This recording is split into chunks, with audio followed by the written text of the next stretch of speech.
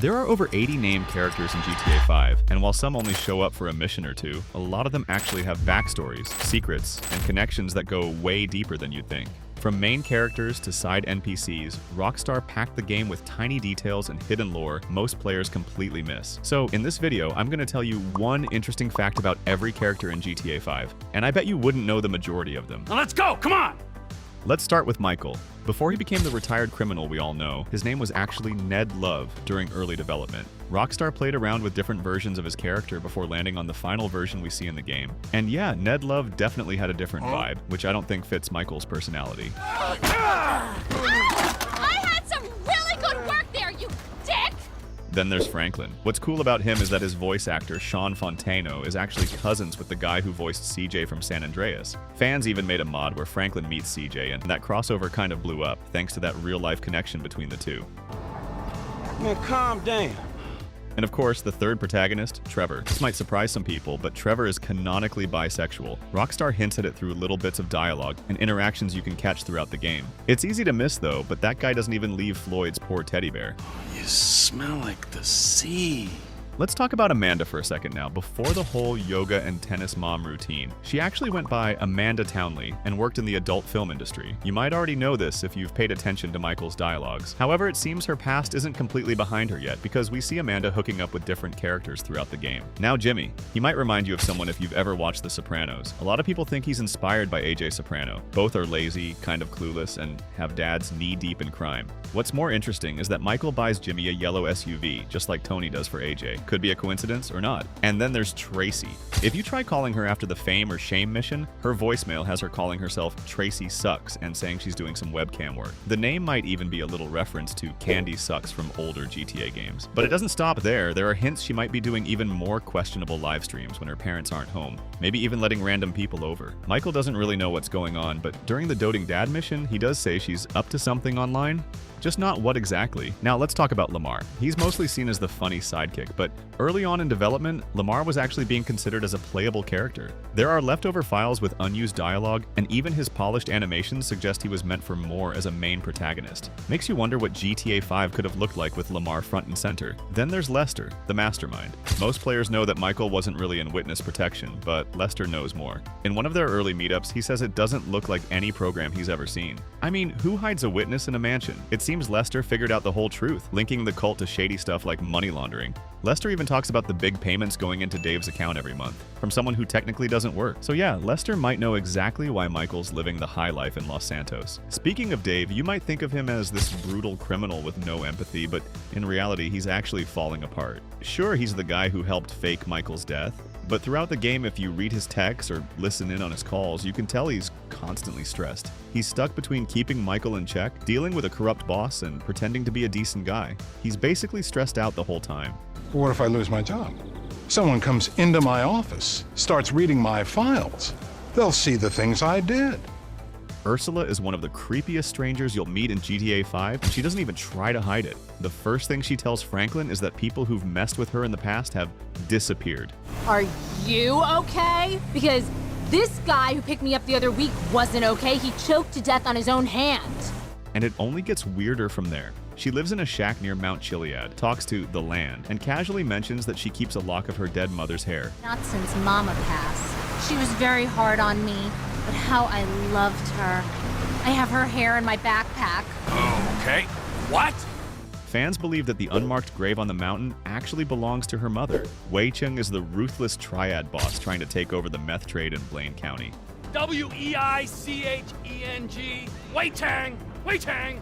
But here's a twist you probably missed. In the mission Bury the Hatchet, Chung and his goons mistakenly believe that Michael is Trevor's boyfriend. They actually think Trevor and Michael are gay lovers. Don't try to persuade me you're not lovers. He's laughing at you, you fucking idiot. Purely based on how Trevor talks about him. Chung even tries to use that as leverage, threatening Michael's life to force Trevor's cooperation. But instead of panicking, Trevor just laughs it off, clearly enjoying the awkward misunderstanding more than anyone should. My lover! Yeah, right! That's a tough break. I'm serious about this. He will die. Tell him I love him dearly. Now, Wade's a bit of a mystery. He's constantly talking about how he's looking for his cousin Floyd, but the thing is, he's apparently been searching for well over a year. Either Wade is really bad with directions, or maybe he actually knew where Floyd was the whole time and just didn't feel like dealing with the awkward family drama. You are fucking useless! Huh? You might remember Abigail from the Strangers and Freaks missions. She's the widow of a submarine pilot who supposedly died at sea. She keeps talking about how her husband would have never abandoned the ship, yet pushes Michael to find his body parts like she's hiding something. But for all that she hands Michael a 10 reward, that's literally the lowest monetary reward in the entire GTA series. It's $10. Here's a signed photo of Frank. He was a lovely person. Then there's Devin Weston. When Michael first meets him, he throws out a sarcastic line, something like, "You're gonna die alone, Devin." At first it feels like just another insult, but if you pick the Death Wish ending, well, that's literally what happens. It's like Michael predicted what would happen to him. Hey, Devin. Goodbye, my old friend. Thanks for all the advice.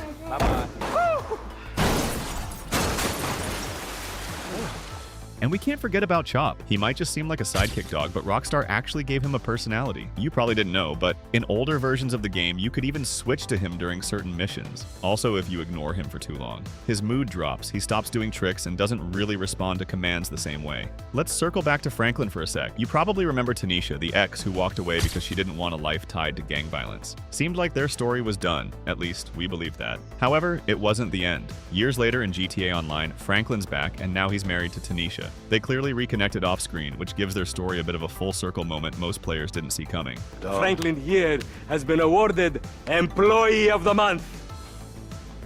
And speaking of people with history, we also have Martin Madrazo, the well-dressed cartel boss with the calm voice and a not-so-calm temper. He's powerful, dangerous, and likes things done his way. But behind the character, there are some eerie similarities to El Chapo Guzman. Rockstar's never confirmed it directly, but the inspiration is hard to miss. Now Trevor's mom, she only appears once, but it's one of the most unsettling moments in the game. As soon as she appears in the scene, she just takes over control, and suddenly Trevor's wild behavior makes a bit more sense. But the thing is, she might not even be real. The mission tied to her never really finishes. She just vanishes after sending you on a task, and the quest disappears. The theory is that it was all just Trevor's hallucination, and she never really existed. Marianne Quinn's one of those small characters you can't forget. She's the fitness-obsessed maniac who challenges every protagonist to some kind of over-the-top endurance race while scream-talking like she just drank 5 energy drinks. Screw you!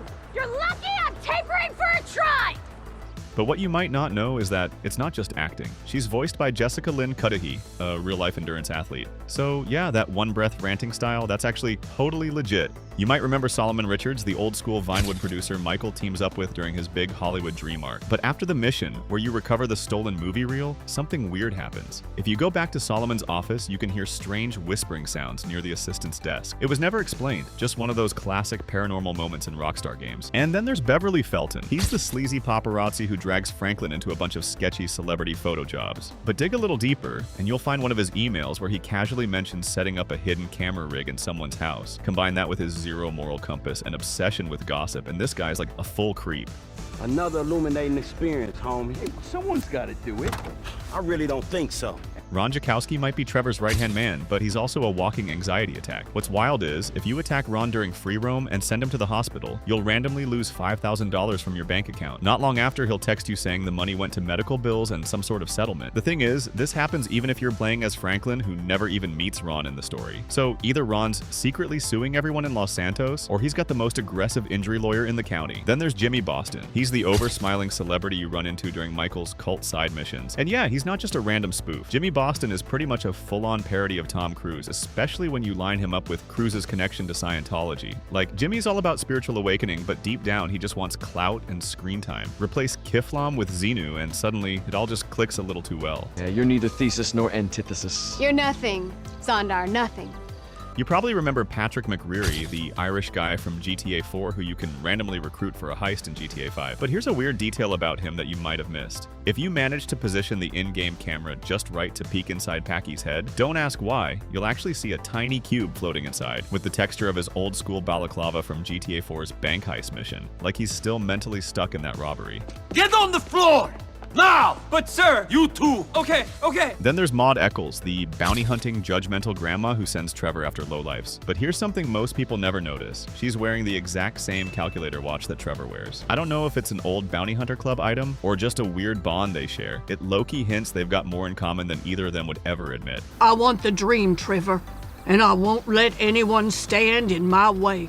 And of course, Laszlo Jones, the guy who somehow shows up in every single GTA game, usually saying something incredibly cringe. Exactly. Look, I'm no rapper, even though I dress like one, but I think I could really get into, getting hammered, singing about setting things on fire, shooting up funerals, ba-da-ba-ba-ba. In GTA 5, he gets more screen time than ever, but did you know that Laszlo is a real person? I mean, that's his actual name and voice, and he worked as a writer and producer at Rockstar. So every time he's embarrassing himself on camera or hosting a ridiculous radio show, he's literally roasting himself. Michael's therapist, Isaiah, always gave off shady vibes, but turns out he's one of the most secretly evil characters in the game. If you choose to spare him during his side mission, he later pops up on Life Invader bragging about writing a book based on Michael's therapy sessions. So yeah, your therapist wasn't helping. He was collecting content for a bestseller. Doc, I gotta talk to you. I've been having these... Well, let me stop you there. The pre-charge on your account didn't go through. Why don't you transfer some funds into your checking account and call me back? But Doc, I have to go, Michael. Speaking of people using others for personal gain, let's talk about Chris Formid, the robe-wearing weirdo running the Epsilon program. He acts like a prophet, but he's really just another scammer with a god complex. What you might not know is that Chris didn't start in GTA 5. He actually showed up all the way back in San Andreas on the radio, already recruiting followers and spreading Epsilon. He's helped thousands, or so the press pack tells me. Chris Formage, founder of the Epsilon program, is here. Hello, Chris. Kiflam, brother.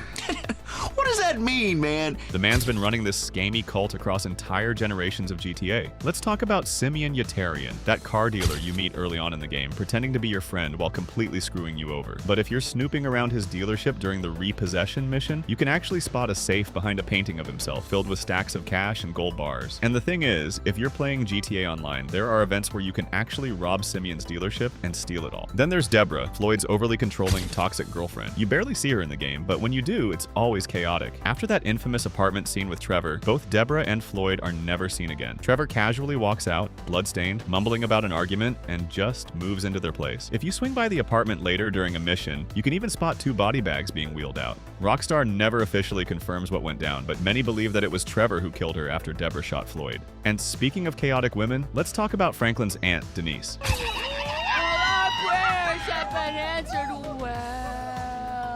She claims to love Franklin, but it's hard to tell under all the yelling. What's wild is that she might actually be the leader of a secret feminist gang. She talks about attending female empowerment meetings, and during one of Michael's missions, he gets chased by a group of angry women yelling about toxic masculinity, and Denise was there. Let's talk about Tanya Wiggins now. She seems unhinged, but she's got a sad story. You meet her begging Franklin to do tow truck jobs because her man, JB, is struggling. But if you finish all her missions, Tanya says they're trying to fix up an old woman's house. If you visit that house, though, it's falling apart, and there's no sign of her husband at all. Some fans think Tanya moved into a dead woman's home to escape the streets, and JB either left long ago or he was dead all this time. Now here's a character you could have easily missed, Taliana Martinez. She only shows up once, bleeding out on the side of a random highway. But if you stop and help her, she can actually join your heist crew later on. Now, she isn't some robber by nature. In fact, the reason why she's good at driving is because she used to be an EMT before getting caught up in a failed robbery. She says her partner screwed her over. Most players assume that meant a getaway partner, but it's possible she meant her work partner, meaning her fall from grace came from within the system. There are plenty of scammers in GTA 5, but Josh just hits different. I guess that's the reason why getting him out of the picture is likely canonical, since it is required for 100% completion of his last mission. He destroyed my house! Whoa! Hey!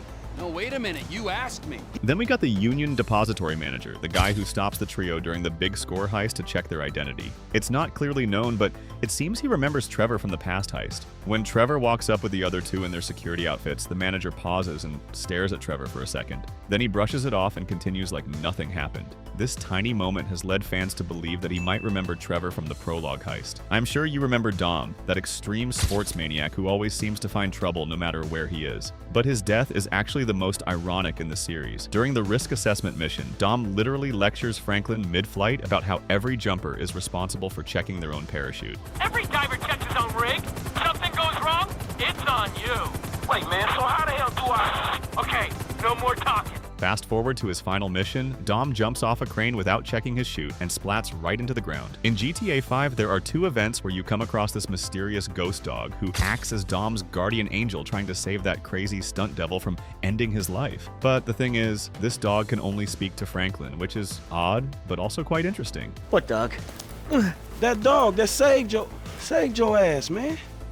Speaking of weird, if you've ever wandered around the backwoods near Alamo Sea, you might have stumbled on a tap-dancing hillbilly. Well, his name is Jesco White, and he's based on a real person, a real-life mountain dancer from West Virginia known for his exciting energy and wild interviews. Rockstar totally parodied him here, down to the dancing, outfit, and strange dialogue. Then there's Jay Norris. You probably remember him as the smug tech bro who gets exploded through FaceTime during Michael's mission, but there's more to Jay's whole Zuckerberg parody. After Michael kills Jay on live TV, Life Invader's stock plummets hard. If you try to buy stock in the company right after, it's literally worthless. The game doesn't outright explain this, but it ties into GTA 5's stock market mechanics and is a clever commentary on how tech scandals tank real-world companies. I don't know if you remember this guy, he's called Chef. We meet him during the mission Trevor Phillips Industries, where he helps Trevor hold off a gang invasion inside a meth lab. Now, it's not official, but Chef has a lot of similarities with Walter White from Breaking Bad. They are both the cooks in their respective meth empires while occasionally confronting the competition, which happen to both be Hispanic gangs. Both associate themselves with violent sociopaths who help get their product out. Both keep meth in RVs, both are also bald, wear glasses, and have facial hair. Shit, Trevor, you ain't got long. Whoa, whoa, whoa, manners, Chef. These are our guests, all right?